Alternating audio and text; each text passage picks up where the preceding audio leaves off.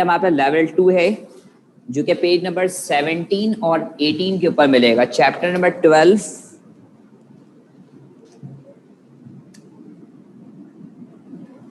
Chapter number 12 और page number 17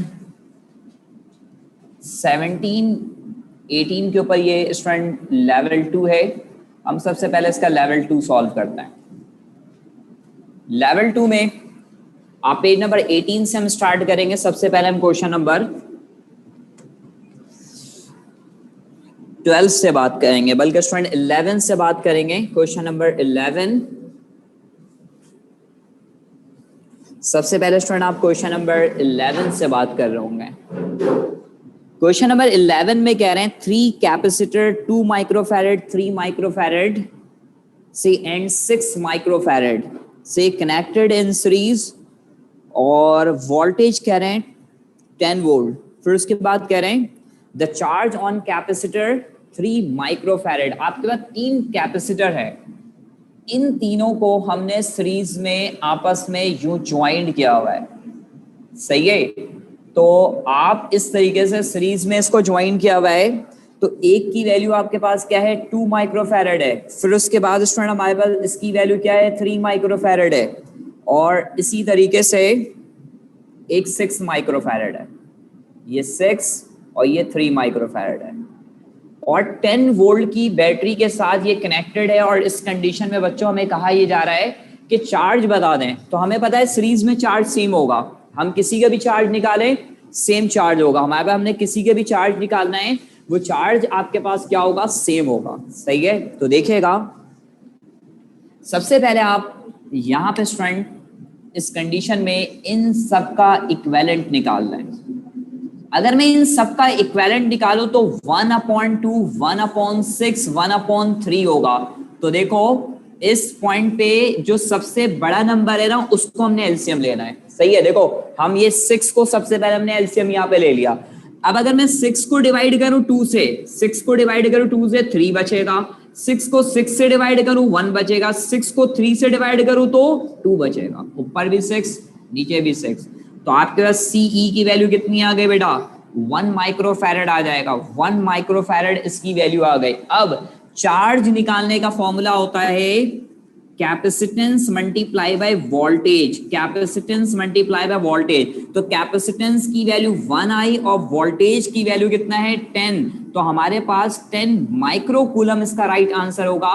मैं इनमें से इसका पूछ रहा हूं, लेकिन मैं किसी का भी पूछूं तो ये चार्ज सेम होगा। इसके लिए भी 10 माइक्रोफैरेड होगा, इसके लिए भी 10 माइक्रोकूलम होगा, इसके लिए भी 10 होगा, इसके लिए भी 10 होगा, क्योंकि सीरीज में चार्ज सेम होते हैं। तो इसका राइट आंसर 10 है। तो बच्चों इसका राइट आंसर हमारे पास क्या है 10। तो याद रखिएगा ये क्वेश्चन नंबर 11 में आपके पास क्या रहते हैं 3 कैपेसिटर है, सही है 3 कैपेसिटर है, और इस कंडीशन में 2 3 6 इनकी वैल्यूज दी हुई हैं, कनेक्टेड इन सीरीज है 10 वोल्ट की बैटरी के साथ आपने से इसको लगाया हुआ है।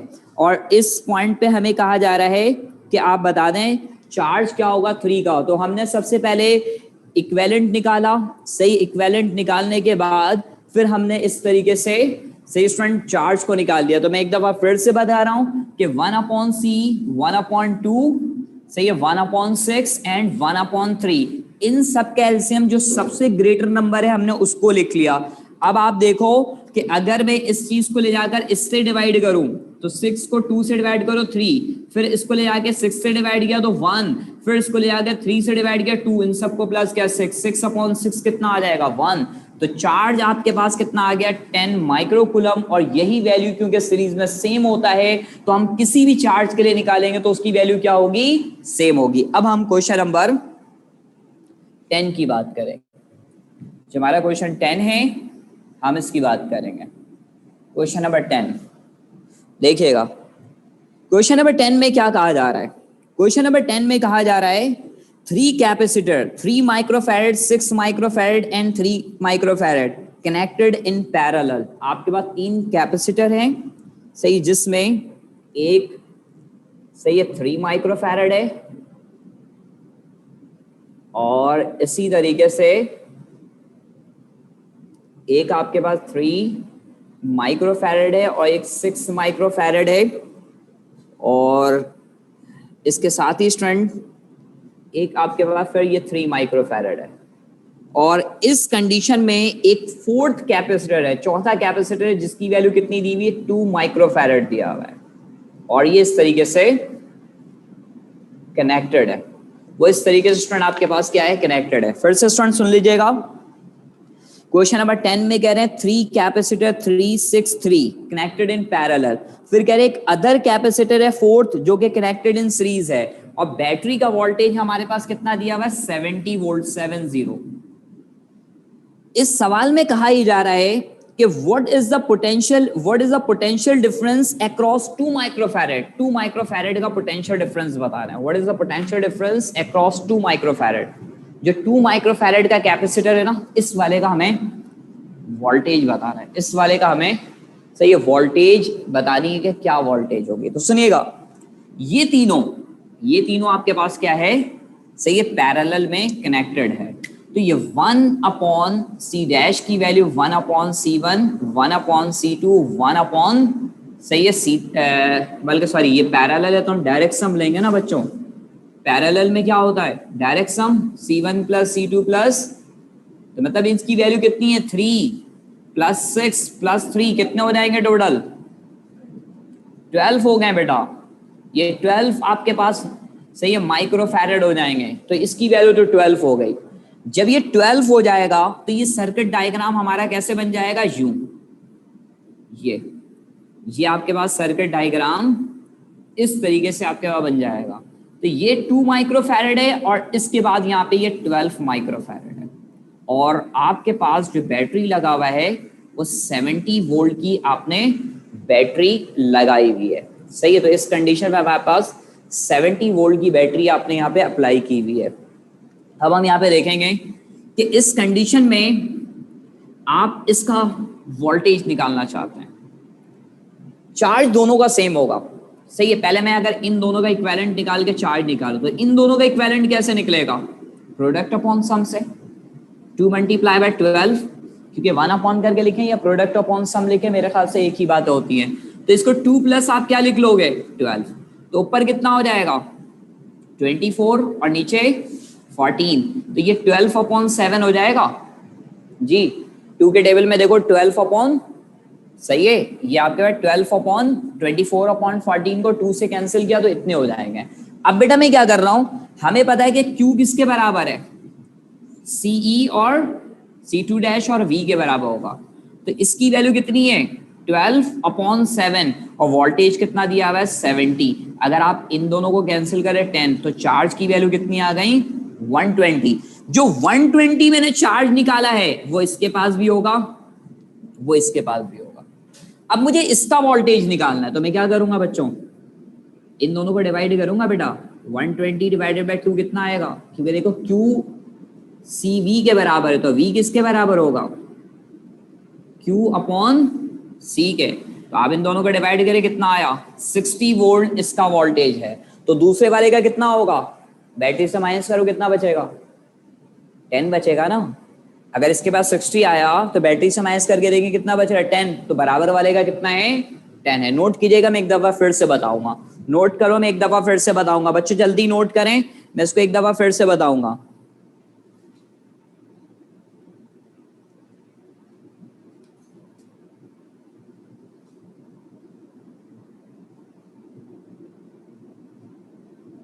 टू 4 1 4 बेटा आपने सही बताया है, ऐसे भी हो सकता है।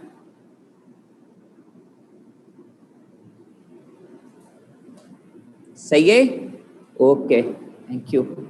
देखिएगा अब हम इसके बाद स्टूडेंट यहाँ पे बात करते हैं फिर से। ये तीनों पैरेलल थे, हमने डायरेक्ट सम ले लिया, कितनी वैल्यू आई 12। फिर इसके बाद ये दोनों सीरीज हो गया, तो इसका इक्विवेलेंट हमने प्रोडक्ट अपॉन सम से निकाला। पैरेलल का फॉर्मूला प्रोडक्ट अपॉन सीरीज का फॉर्मूला यहाँ पे कैपेसिटर में प्रोडक्ट अपॉन सम होता है, रेजिस्टेंस में ये आपके पास पैरेलल में होता है, क्योंकि इनकी कहानी अलग है, आपने याद होगा आपको। तो ये स्टूडेंट 24 और 14 मतलब 12/7 हो गया।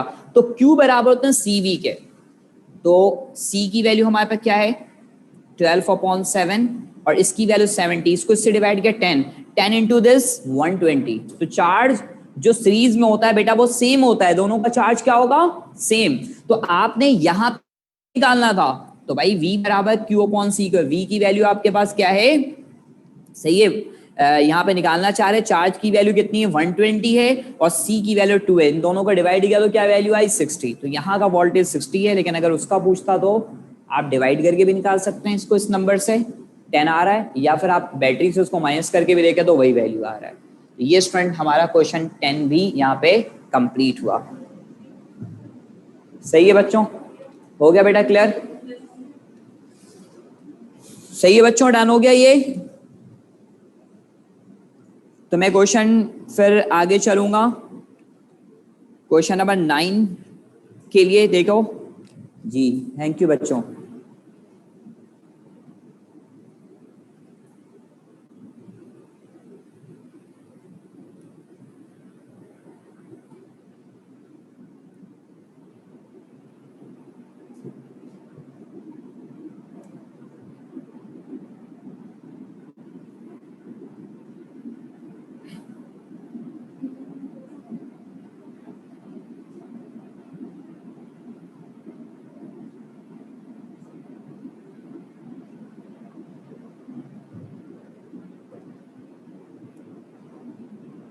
थोड़ी देर में था,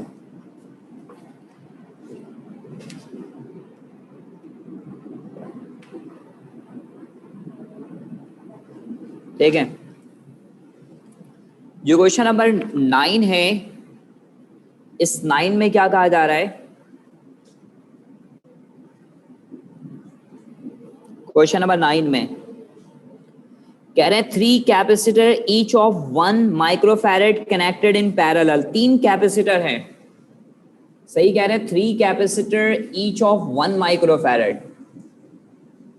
सही है, 3 कैपेसिटर ईच ऑफ 1 माइक्रोफैरेड से कनेक्टेड इन पैरेलल। इसकी वैल्यू भी 1 है, इसकी वैल्यू भी 1 है, इसकी वैल्यू भी आपके पास 1 है और कनेक्टेड इन पैरेलल है। ये 3 आपके पास स्टूडेंट क्या है, कैपेसिटर, सबकी वैल्यू क्या है 1 1 दिए हुए हैं, सही है।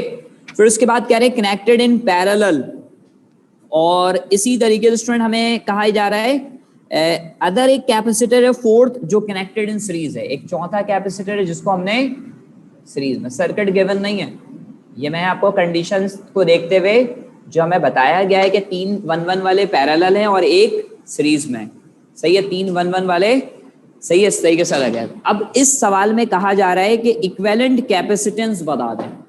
सिंपल क्वेश्चन है, बता सकते हैं आप लोग, देख लो। इन तीनों को क्या करेंगे बेटा, 1 + 1 + 3 आ जाएगा, मतलब ये यूं हो जाएगा, सही है। ये आपके पास क्या होगा 1 और ये 3 माइक्रोफैरेड, ये इस तरीके से हो जाता है। और इसी तरीके से आप इन दोनों का अगर हम निकालें, देखो ये दोनों सीरीज में, आप क्या करोगे बताओ, इन दोनों में हम क्या करेंगे, प्रोडक्ट अपॉन सम अप्लाई कर लेंगे। तो भाई क्या आएगा, आप क्या 1 × 3 और 1 + 3 तो कितने हो जाएंगे 3/4। तो राइट आंसर इज 3/4 है। जल्दी बच्चों, 3/4 बेटा, सही है। तो इसका राइट आंसर हो गया ये क्लियर, सही है। तो ये 3/4 हो गया।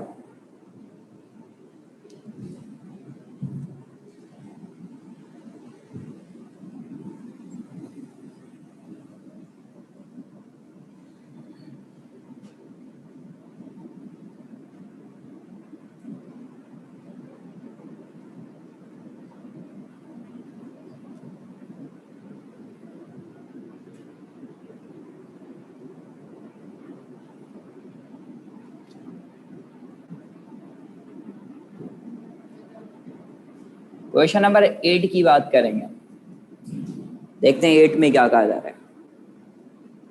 जो हमारा क्वेश्चन 8 है, इसमें बच्चों ये तो मैंने क्लास में भी कराया था, 2009 वाला पेपर का सवाल है। कहने 2 capacitor of capacitance C1 and C2 are connected in parallel if a charge Q, सही है, गिवन टू असेंबल, हमने असेंबली को क्या किया, चार्ज दिया स्टूडेंट Q। फिर इसके बाद कह रहे हैं ratio of charge on capacitor C1 and C2, हमें C1 और C2 के पास रेशियो ऑफ चार्ज निकालना है। ये देखिएगा, ये यहां से इस तरीके से दो कैपेसिटर है, ये C1 है और ये C2 है, इस तरीके से। इसे हमें कह रहे हैं दो कैपेसिटर है C1 एंड C2, उसको चार्ज क्यों दिया गया भाई, पैरेलल में वोल्टेज सेम होगा और चार्ज क्या होगा, डिफरेंट। तो यहाँ पे जो चार्ज आएगा वो Q1 जाएगा, यहाँ पे जो चार्ज आएगा Q2, मतलब ये डिवाइड होगा, सही है। अब तो ये कैपेसिटर पे डिपेंड करता है कि इसकी वैल्यू कितनी, उसके हिसाब से इसकी डिविजन होंगे। लेकिन हमें एक बात पता है कि Q बराबर होते हैं CV के, तो V तो कांस्टेंट है ना भाई पैरेलल में, तो भाई चार्ज और कैपेसिटेंस एक दूसरे के क्या होंगे, डायरेक्टली प्रोपोर्शनल होंगे। तो अगर हम Q1 अपॉन Q2 निकाले तो वो किसके बराबर होगा, C1 अपॉन C2 के बराबर होंगे। ये सवाल स्टूडेंट आपकी वर्कशीट के अंदर भी था, वो मैंने पहले भी करवाया ऐसा 12 पढ़ाते वक्त।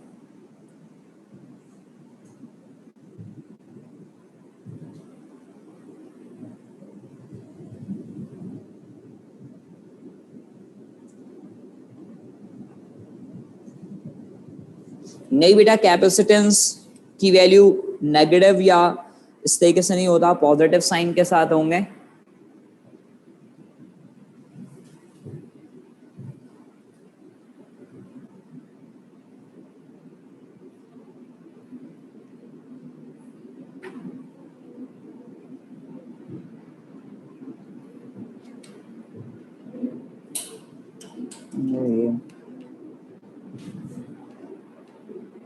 क्या हो रहा है,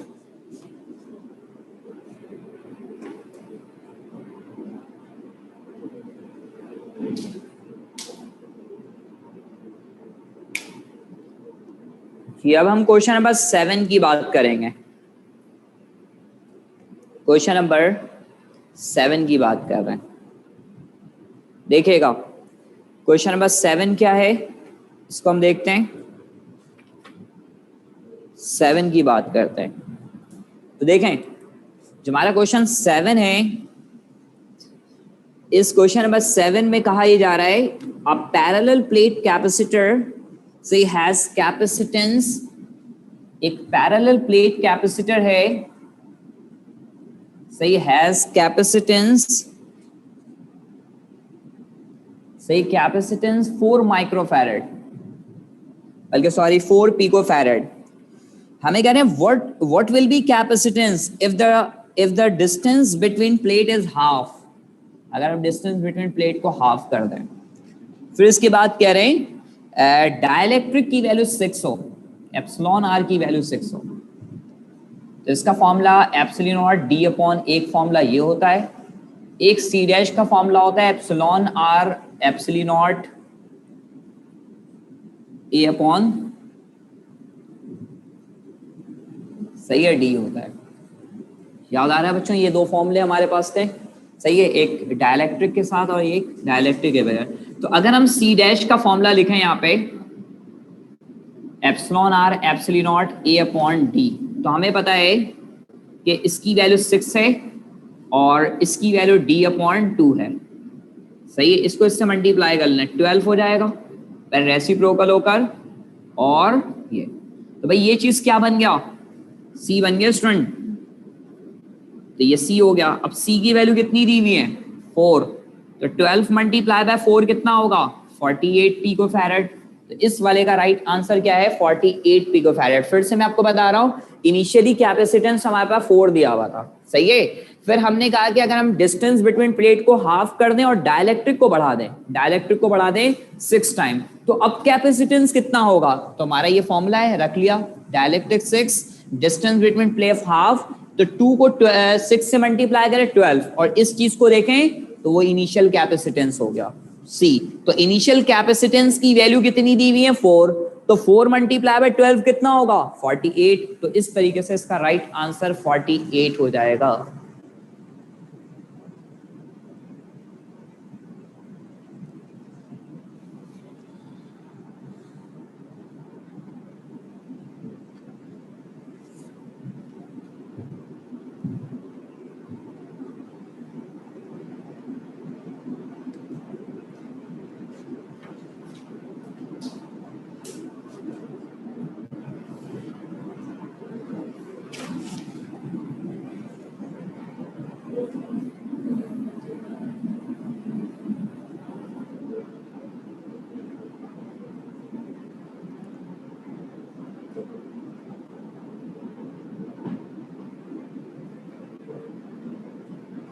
क्वेश्चन नंबर स्टार्ट करेंगे। 6 में कह रहे हैं टू कैपेसिटर, सही बेटा। क्वेश्चन नंबर 6 में कह रहे हैं two capacitor 2 microfarad and 4 microfarad are connected in series across 100 volt supply, effective capacitance बताना है। भाई दो कैपेसिटर है, एक C1 है 2 माइक्रोफैरेड, एक C2 है 4 माइक्रोफैरेड, और हमें इस कंडीशन में इक्विवेलेंट कैपेसिटेंस निकालना है। तो आप इसमें क्या कीजिएगा, product upon sum 2 multiply by 4 और ये 2 प्लस 4, तो ये 8 हो गया, ये 6 हो गया, कितना आ जाएगा 4 अपॉन माइक्रोफैरेड होंगे, 4 अपॉन 3 माइक्रोफैरेड होंगे।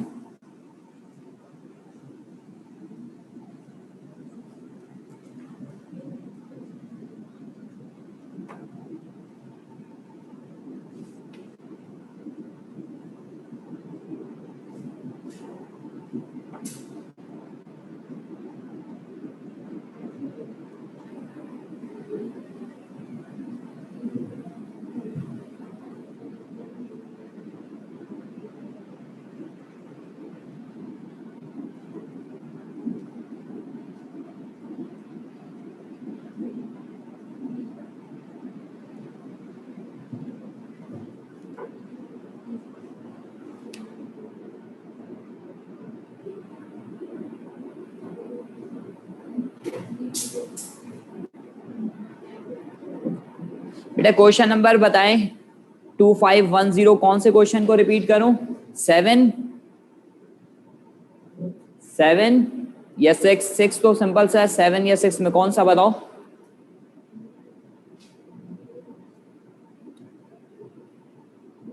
सेवन कह रहे हो? अच्छा 7 देखो, क्वेश्चन नंबर 7 में हमें कहा ही जा रहा है कि स्टूडेंट सवाल में आपके पास कहा यह है अ पैरेलल प्लेट कैपेसिटर, सही स्टूडेंट कह रहे हैं air between plate capacitance this. जब एयर बिटवीन प्लेट है, ये एयर के हिसाब से होता है ये फॉर्मूला, तो ये वैल्यू है, सही है।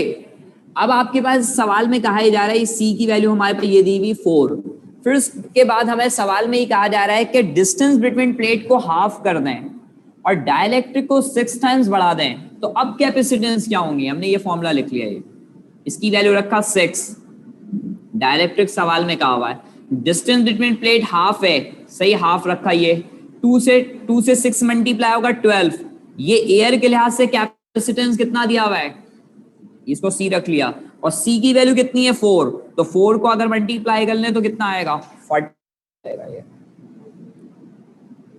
और इस वाले सवाल को मैं एक दफा रिपीट कर रहा हूं, देखो दो कैपेसिटर पैरेलल में, हम इसको चार्ज क्यू दे रहे हैं, जब इसको हम क्यू चार्ज देंगे तो हमें पता है पैरेलल में चार्ज डिफरेंट होते हैं, वोल्टेज सेम होता है,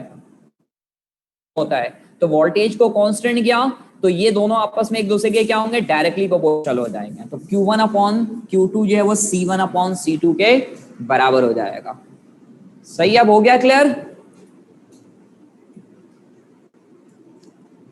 क्वेश्चन 5 में 5 की बात करते हैं, 5 तो अभी हम सॉल्व करेंगे, क्वेश्चन 5 पे आते हैं। चले 5 में देखो बेटा आपके पास क्या कहा हुआ है, क्वेश्चन नंबर 5 की अगर हम बात करें, 5 में आपके पास फोर चार्ज है स्टूडेंट, जो कि 4 कॉर्नर ऑफ स्क्वायर के ऊपर रखे हुए हैं।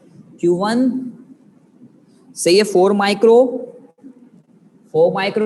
Q2 4 microcoulomb, Q3 4 microcoulomb, Q4 4 microcoulomb, सही। इस तरीके से आपके पास वैल्यूज दी हुई हैं, और इस कंडीशन में आपसे पूछा ये जा रहा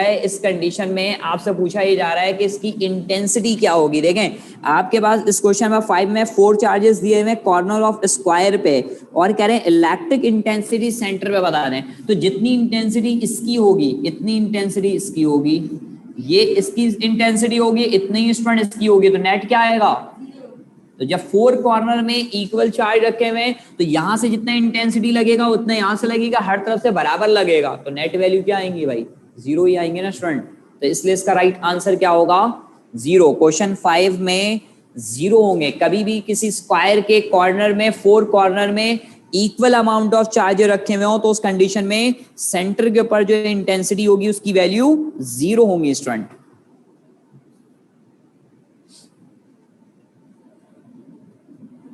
फोर की बात करेंगे।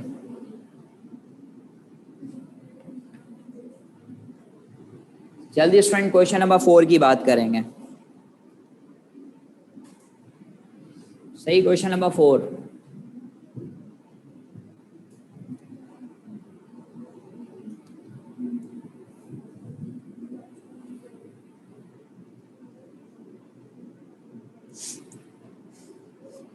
सही है बेटा, मैं अगली क्लास में अब चैप्टर 14 कराऊंगा। सही है। टेस्ट स्टूडेंट 30 मैंने क्या डेट बताया था, वो बता देंगे नीचे ऑफिस से बेटा। ये जो अभी सब्जेक्ट है वो आप सर नजमी बताएंगे। सही है, आपको ऑफिस से ही बताया जाएगा। वैसे मैंने 30 तक था, अब सर आपको ग्रैंड टेस्ट की डेट सब हर क्लास के एक साथ ही बताएंगे वो। सही है।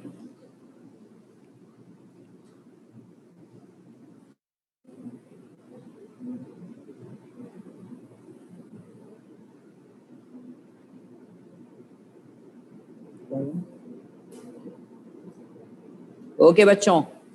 अच्छा, अब आप देखो क्वेश्चन 4 की बात करते हैं। क्वेश्चन नंबर 4 की बात देखें स्टूडेंट, हमारे पास क्वेश्चन नंबर 4 की बात करें तो इस सवाल में आपके पास कहा जा रहा है चार्ज की वैल्यू 2e दिया हुआ है। कह रहे हैं आप particle carries the charge 2e, ये चार्ज है। और इसी तरीके से कह रहे हैं इस सवाल में पोटेंशियल डिफरेंस की वैल्यू जो है वो 3 वोल्ट है। पोटेंशियल डिफरेंस आपके पास 3 वोल्ट है। सही, कैलकुलेट द एनर्जी, हमें एनर्जी निकालना है। बच्चों जब भी एनर्जी निकालना हो तो ये चार्ज मल्टीप्लाई बाय वोल्टेज का फॉर्मूला अप्लाई कीजिएगा, ये वाला। अब कोई कहेगा सर ये वाला फॉर्मूला क्यों नहीं अप्लाई कर रहे हैं, एक ये भी मैंने बताया था। तो भाई ये वाला फॉर्मूला ओनली कैपेसिटर पे एप्लीकेबल होते हैं, इसके अलावा अप्लाई करने की जरूरत नहीं। यहाँ कोई कैपेसिटर का जिक्र है पूरे सवाल में नहीं है। तो भाई ये फॉर्मूला सिर्फ कैपेसिटर पे एप्लीकेबल होते हैं। बाकी कभी भी एनर्जी निकालनी हो इलेक्ट्रिसिटी में तो ये वाला फॉर्मूला होता है। इलेक्ट्रिसिटी के अंदर मतलब किसी चार्ज की एनर्जी निकालनी है तो ये फॉर्मूला स्पेशली किसके लिए अप्लाई होता है, सिर्फ कैपेसिटर के लिए। सही, ये फॉर्मूला स्पेशली स्टूडेंट सिर्फ और सिर्फ कैपेसिटर पे एप्लीकेबल होते हैं। बाकी हम इसी फॉर्मूले को अप्लाई करेंगे। तो देखो आपके पास इस क्वेश्चन में चार्ज की वैल्यू 2e है, वोल्टेज की वैल्यू कितनी दी हुई है 3, तो ये आपके पास 6e हो जाएगा। और e की वैल्यू कितनी है 1.6 10 की पावर -19 होगा। ये कितना हो जाएगा 10 की पावर -19। सही है, जूल हो जाएंगे। एनर्जी की यूनिट जूल हो गया बेटा। सही है, जो हाफ वाला फॉर्मूला है वो सिर्फ और सिर्फ स्पेशली किसके लिए होता है, कैपेसिटर के लिए। बाकी कभी भी किसी चार्ज की एनर्जी निकालनी हो तो चार्ज मल्टीप्लाई बाय वोल्टेज। सही है, मेरे ख्याल से बातें क्लियर हो गई होंगी। जी बच्चों बताओ, हो गया?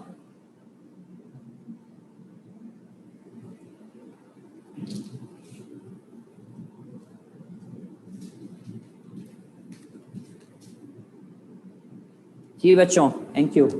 अब हम बात करेंगे क्वेश्चन नंबर 3 के हवाले से। ये क्वेश्चन नंबर 3 में क्या पूछा जा रहा है इस चीज को देखते हैं। देखो बच्चों,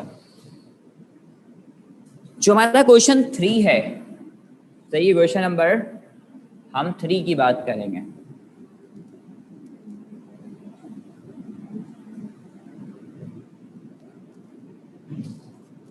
क्वेश्चन नंबर 3 की बात करते हैं। सही है, क्वेश्चन नंबर 3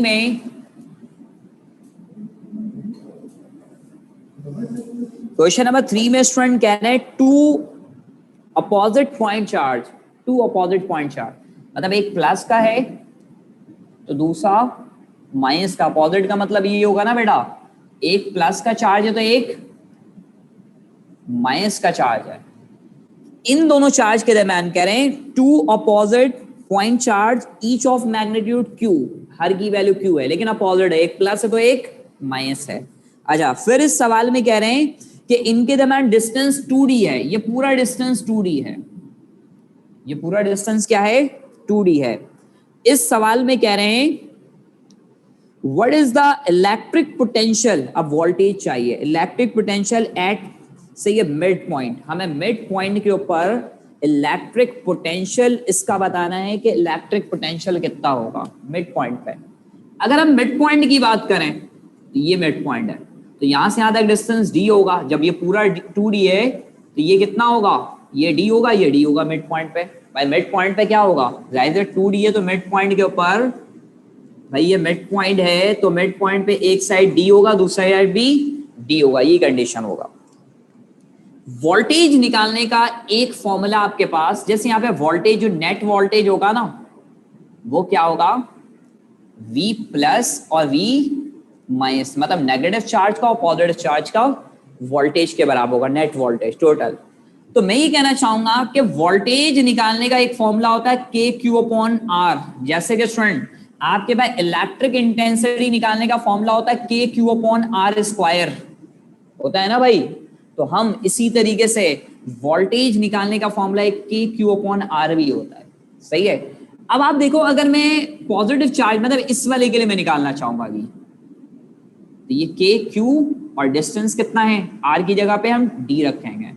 अब मैं ये कहूंगी ये नेगेटिव वाले चार्ज के लिए अगर हम निकालना चाहते हैं तो V की वैल्यू कितनी होगी, V नेगेटिव की वैल्यू हमारे पास माइनस का के क्यू अपॉन डी होगा, क्योंकि बेटा देखो वो साइन यहाँ पे नेगेटिव के साथ है तो ये पोटेंशियल आपके पास सही से, क्योंकि इस चीज को हम लें पोटेंशियल नेगेटिव भी हो सकते हैं और पॉजिटिव में भी हो सकते हैं, इसको हमने यहाँ पे रखा के क्यू अपॉन डी और फिर ये प्लस माइनस का के क्यू अपॉन डी, तो प्लस माइनस क्या हो जाएगा, सही है जीरो। तो इस कंडीशन में मिड पॉइंट के ऊपर V की वैल्यू क्या होगी, जीरो। नोट कीजिएगा, मैं एक दफा फिर से बताऊंगा, आप नोट कर ले, मैं इसको फिर से जीरो से बताऊंगा, जल्दी आप पहले नोट करें, सिर्फ नोट करें, मैं एक दफा फिर से बता रहा हूं बच्चों, नोट करें, मैं फिर से बता रहा हूं।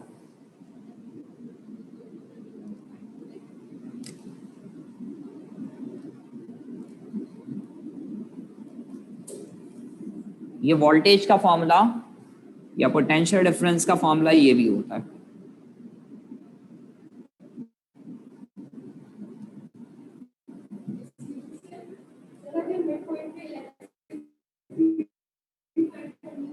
नहीं जीरो होगा वो तो हम निकालेंगे, सही है ना, डिस्टेंस के हिसाब से।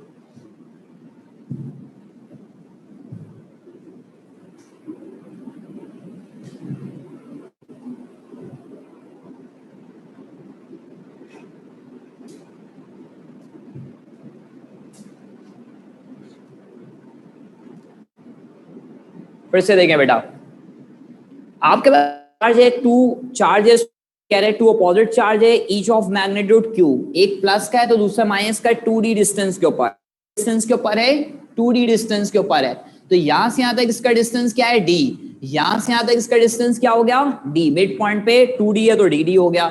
अब हमारे पास वोल्टेज निकालने का फॉर्मूला के क्यू अपॉन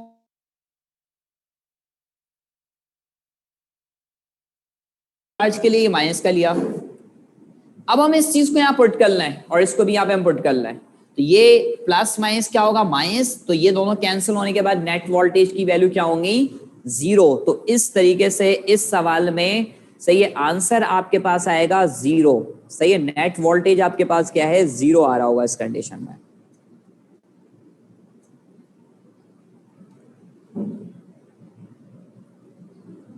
थ्री कॉर्नर पे अगर चार्ज होगा स्क्वायर के तो फिर इलेक्ट्रिक फील्ड जीरो नहीं होगी।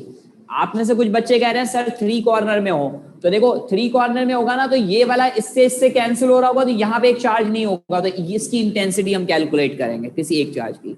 अगर आपके पास थ्री कॉर्नर पे होगा तो फिर जीरो नहीं होगा, जैसे बुक में एक एग्जाम्पल है उसमें तीन कॉर्नर में दिया हुआ वो जीरो नहीं होगा बेटा, 2557।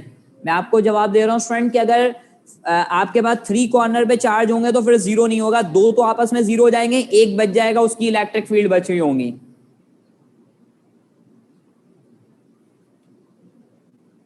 सही है जी बेटा, 2515 सही है बेटा, आप वैसे भी कर सकते हैं।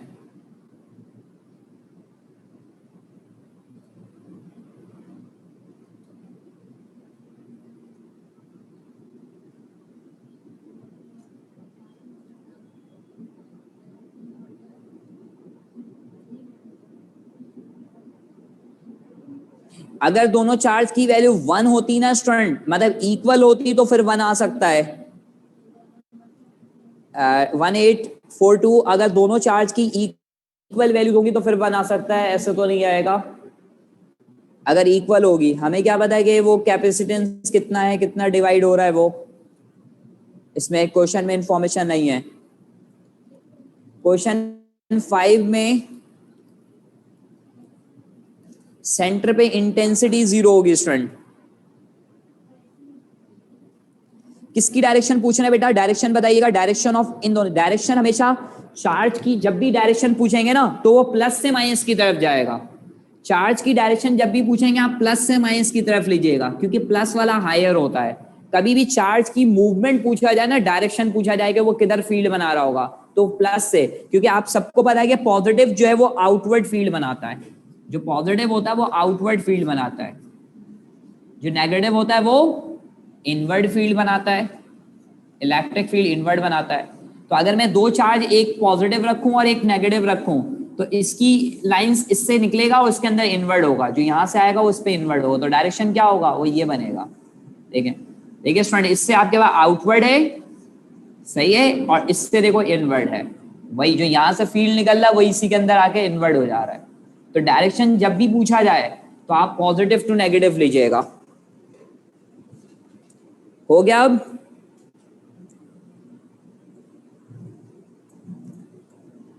एक मिनट,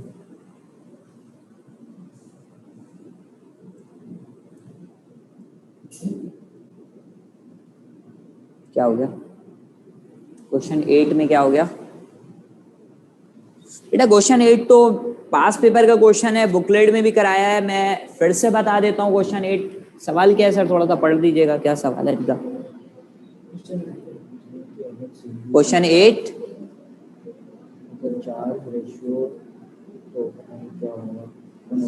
मेरा बेटा, आप एक चीज तो देखो, मैं ये बात तो आपको बता रहा हूं, आपको बताया गया है कि ये चार्ज बिल्कुल इक्वल डिवाइड हो रहा है। आप कह रहे हैं ना सर इसको 1 ले लें, 1 रेशो कैसे ले लें मेरा बच्चा? जब आपको मैं कहूंगा कि ये चार्ज बिल्कुल इक्वल डिवाइड हो रहा है, तो इनकी वैल्यूज 1 1 रख के इसका रेशो 1 रख सकते हैं, लेकिन हमें तो नहीं पता ना कि कितनी डिविजन हो रही है।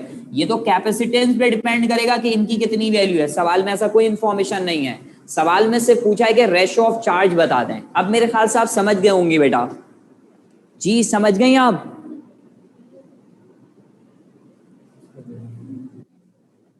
अगर इक्वल वैल्यूज होगी तो V इज वोल्टेज बेटा, V is voltage, K constant है, 9 10 to the power 9, 10 to the power 9। ये देखो, मैं इसको फिर से बता देता हूँ, इस फॉर्मूले को, वोल्टेज वाले फॉर्मूले को ड्राइव कर देता हूँ। भाई वोल्टेज वाले फॉर्मूले में K 9 10 टू द पावर 9 है, और Q स्टूडेंट यहाँ पे चार्ज है, R डिस्टेंस है, सही है। K होता था ना कूलम्स लॉ में 1/4 पाई एप्सिलॉन नॉट, सही है, जिसकी वैल्यू 9 10 की पावर 9 लेते थे। अब समझ में आ गया ये? जी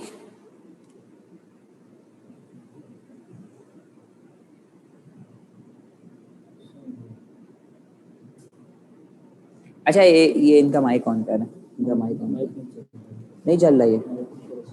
अच्छा जी बेटा, ये आप कह रहे हैं कि सीरीज में अगर इसको लगा दिया जाए तो फिर क्या होगा? इन दोनों को कह रहे हैं सीरीज में लगा तो फिर चार्ज सेम होगा, सही है।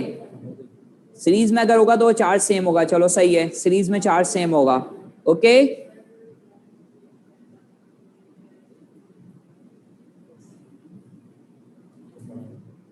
ये हमारे टॉपिक में बैटरी बोर्ड का टॉपिक।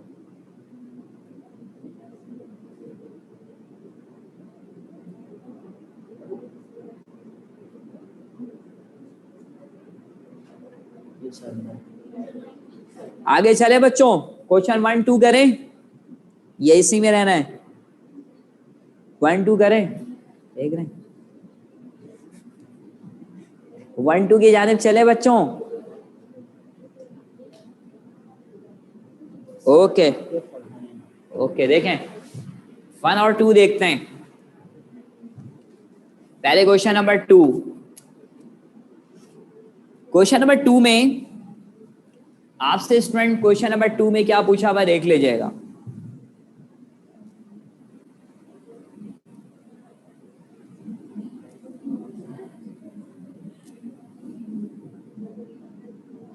देखो बच्चों, क्वेश्चन नंबर 2 में देखिएगा, आपके पास कह रहे हैं 2 पॉजिटिव 2 पॉइंट चार्ज हैं, Q1 की वैल्यू आपके पास 16 माइक्रोकूलम और Q2 की वैल्यू हमारे पास दिया हुआ है 4 माइक्रोकूलम। सही है, माइक्रोकूलम। और इन दोनों के दरमियान डिस्टेंस दिया हुआ है, से इन दोनों चार्ज के दरमियान डिस्टेंस 3 मीटर है। याद करें स्टूडेंट, मैंने इसके लिए 2 केसेस पढ़ाए थे। सही है, अगर लाइक चार्जेस हो और अनलाइक चार्जेस के 2 केसेस पढ़ाए थे कि स्मॉल चार्ज को रूट में डिवाइडेड बाय स्मॉल चार्ज को रूट में फिर प्लस, सही है, ग्रेटर चार्ज और मल्टीप्लाई बाय आर, मतलब टोटल डिस्टेंस। याद करें इस फॉर्मूले से हम लोगों ने किया था। तो स्मॉल चार्ज इन दोनों में कौन है? 4, तो इसको रखें ऊपर। फिर उसके बाद स्मॉल चार्ज 4 और ग्रेटर चार्ज 16 और टोटल डिस्टेंस आर कितना है ये? तो ऊपर कितना आ गया? 2 3, नीचे कितना आया बेटा? ये 2 और ये 4, तो ऊपर कितना आ गया? 3 2 6 और नीचे भी 6, तो 1 मीटर इसका राइट आंसर है। याद करें 2 केसेस पढ़ाए थे, लाइक चार्जेस है तो ये वाला, अनलाइक चार्जेस होता तो नीचे माइनस आ जाता। 2 केसेस पढ़ाए थे बच्चों।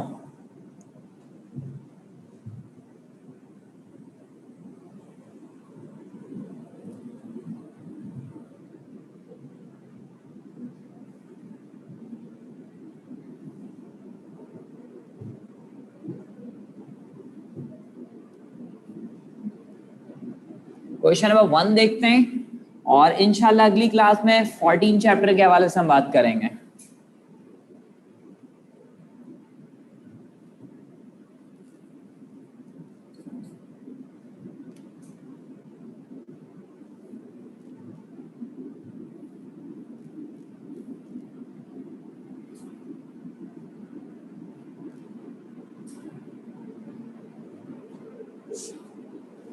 जो हमारा क्वेश्चन नंबर 1 है स्टूडेंट, इसमें 2 आपके पास चार्ज दिया हुआ है।